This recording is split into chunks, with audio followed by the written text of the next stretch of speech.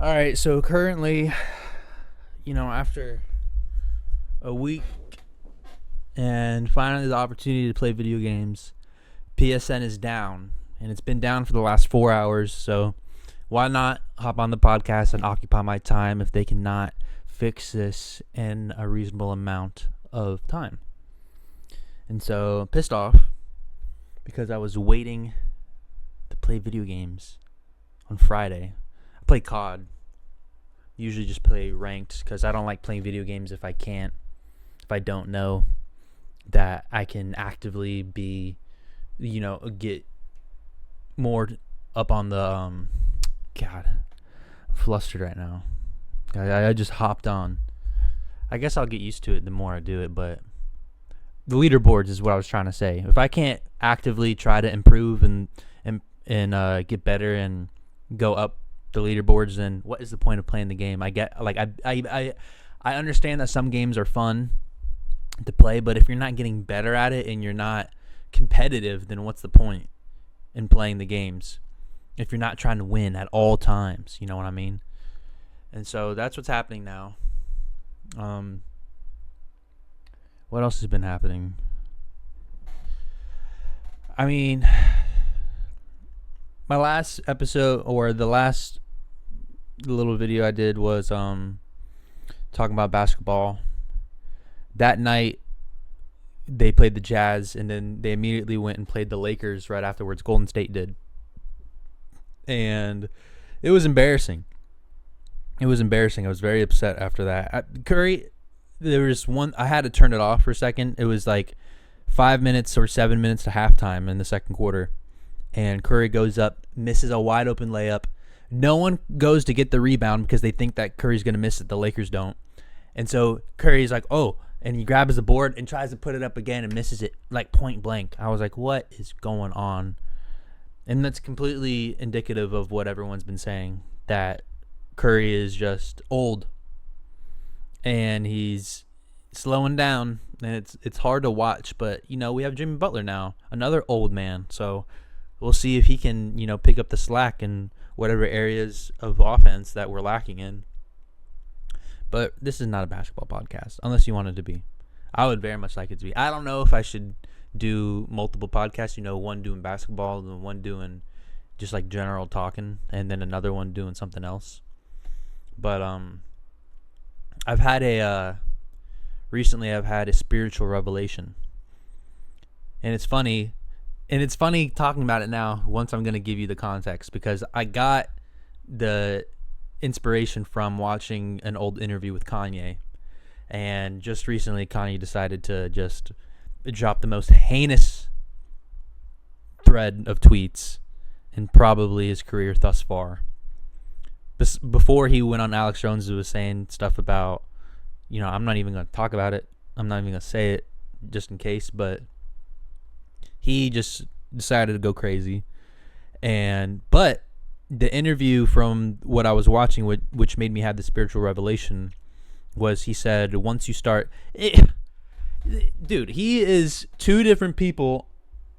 I keep on updating the PlayStation Network. He's like two different sides of the same coin, because he can drop knowledge here and there and then failed. And then he can drop knowledge here and there, and then he goes and just says something so wild. And it's very it's hard to listen, I'm a big Kanye guy. He's my favorite artist. Got me into music. And for most of his life or his career, I've always defended him when he said the most heinous stuff. I'm like, listen, you guys, read between the lines. He's not being super serious. It's like kind of an Andrew Tate situation, to where he's like semi being satire at all times. And then I can defend it to a point, and at least be like, I'm not gonna win arguments, because some people just can't understand. I think he's legitimately mentally ill, and there's nothing wrong with that. He's just different. And I think when he says things, he means it in a way that no one else can really understand what he's trying to say. And so in that sense, that's why I defend him, because I think that he's coming from a place of like complete and utter genuineness, whether it be anti-Semitic or whatever. Not to say that's right. I'm just saying, like, I think if he says things like that, I don't think he means it the way he's saying it. And my whole opinion on this recent crash out, just to get this out of the way, is just I think that he's doing like some 2015, 2013 Tyler the Creator type shit, to where he's just saying the most heinous things possible just so he can stay in relevancy. And you might say he's not even falling out of relevancy. He's dropping these leaks on his new album, and you know, his wife being half naked everywhere they go, and everyone talks about that. I think he's trying to stay ahead of the game to where it's like he's always at the peak of attention at all times. And you could say he's doing a good job to do that, because no one can stop talking about him. He's losing support all the time. I wonder the people that are in his corner, because he just did a podcast with whoever. I haven't watched it yet, but like I follow his Instagram, and he'll send screenshots of people supporting him, and Snoop Dogg was one of them. It's like all these people that are so close to him, that are in the music industry, they're still riding with Kanye no matter what he's saying. So it's like you have to wonder, is he actually trolling? Is Kanye saying these things just to get a shock value attention from the media, from the general populace, to stay in relevancy, and people are taking it too seriously? I think, you know, that's just that also goes along with something that I personally think, that I think most of life is taken too seriously. I think like Biden was taken too seriously, Trump was taken too seriously. All these people in notable positions are just taken too seriously, and I don't think you expend so much of your energy reacting and responding emotionally to what these people that are probably never ever going to be directly involved in the majority of people's lives. It doesn't really make sense to you're still going to wake up tomorrow and everything. You're still going to go to work. You're still going to come home. You're going to make dinner. Maybe talk to your kids. Maybe go out for a beer. It's still, all these things are not going to change. And to expend energy into things like that, it doesn't make sense. In high school, my junior year, I took political science.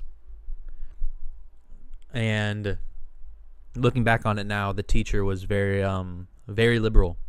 She did her best to like try to maintain a very neutral view on things, but you know, you could tell, and with certain things. And I remember she said one thing that really stuck with me. She said, if you're not upset, then you're not like watching the news. If you're not upset, then you're not paying attention. And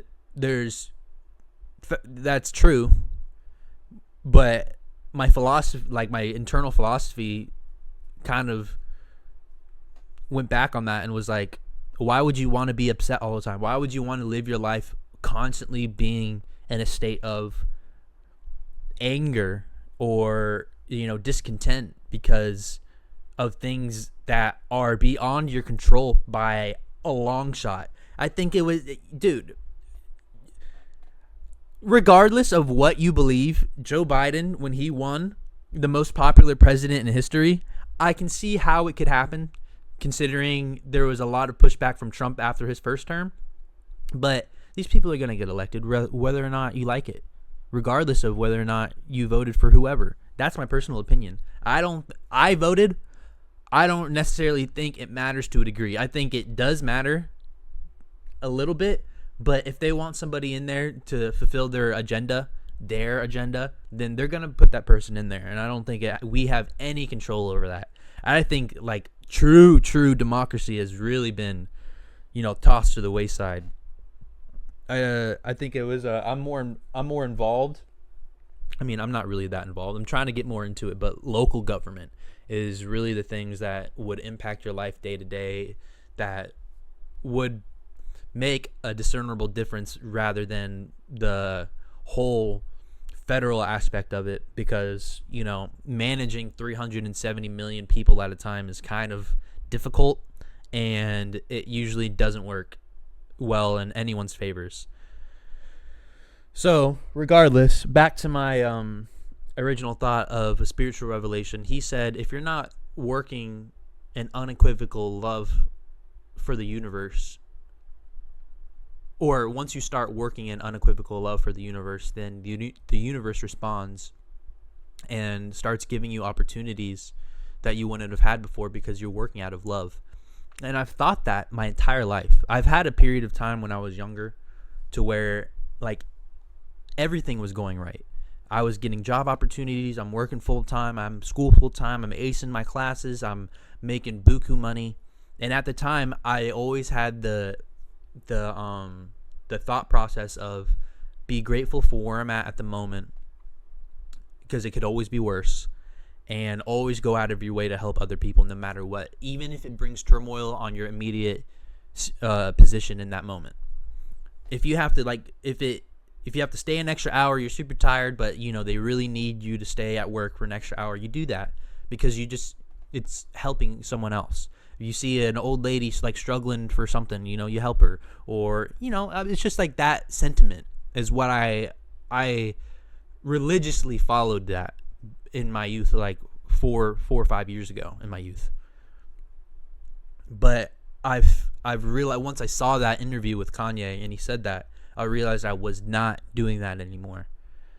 With you can go back to my videos and my struggle with alcoholism and just staying focused and disciplined. It was a giant issue of mine, and I think in the crossfire of everything, I just started living day to day without a particular goal in mind. And the goal now, which I've always said, which I forgot, was to help other people. I've always wanted to help other people. That was the whole point of the podcast. If you're alone, if you want to be a part of a conversation, you've never been a part of a conversation, I think it's a giant problem that now that everyone doesn't need to go outside and they can stay online and they can be a part of different things, and you might not feel like you're a part of anything. You're like away from the zeitgeist of whatever's going on. I'm a normal dude, and so if I start talking, you might be able to relate to a normal guy. And that was the whole point of the podcast. And I think I brushed away that sentiment in the last couple months, and it's been 2 weeks now since I've had this spiritual revelation. And let me tell you, it's been a world of a difference in my mental process and what's been happening to me in my life. I just reconnected with 2 people I haven't seen in years, and it's amazing that I just happened to see them. It was like a day after that I had this revelation, and they came into my life. I've had so much more job opportunities in the last 2 weeks. I've been disciplined with the gym. The productivity and the motivation has just been at an all-time high, just because I don't